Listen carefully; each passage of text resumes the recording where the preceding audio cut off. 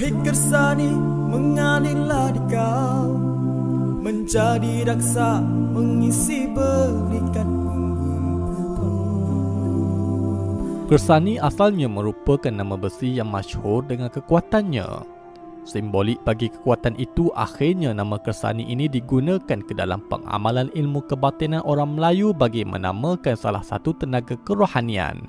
Ia mengalir di sepanjang tulang belikat seseorang.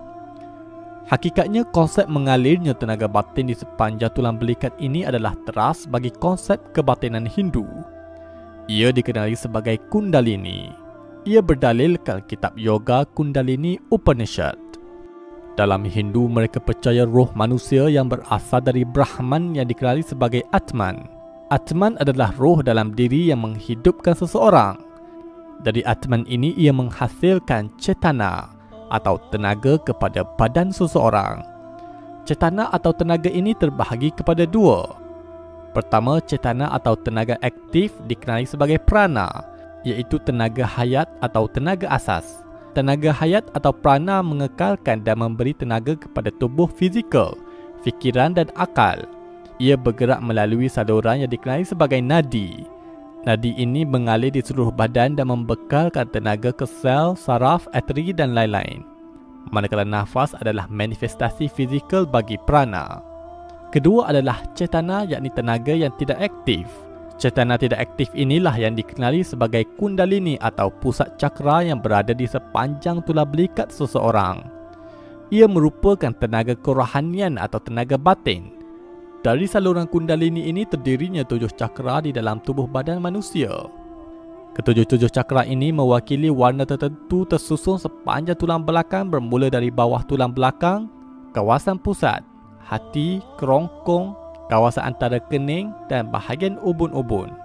Setiap cakra ini perlu dibuka dengan melakukan latihan tertentu yang ketat, terutama melalui yoga, meditasi atau pertapaan.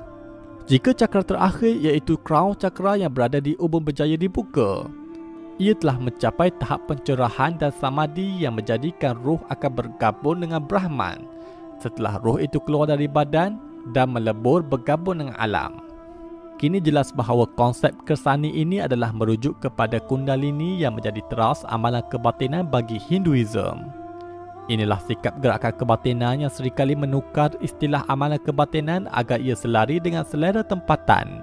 Masalah ini yang ditekankan dalam pembongkaran gerakan kebatinan barat iaitu gerakan New Age, yang juga menukar istilah kebatinan dengan istilah sains dan psikologi. Buku Tersesat, Kebatilan Gerakan New Age merungkai syubhat permainan istilah yang sering digunakan oleh kumpulan kebatinan. Sebagai Muslim, ingatlah kita kepada firman Allah di dalam Al-Quran. وَلَا تَلْبِسُوا الْحَقَّ بِالْبَاطِلِ وَتَكْتُمُوا الْحَقَّ وَأَنْتُمْ تَعْلَمُونَ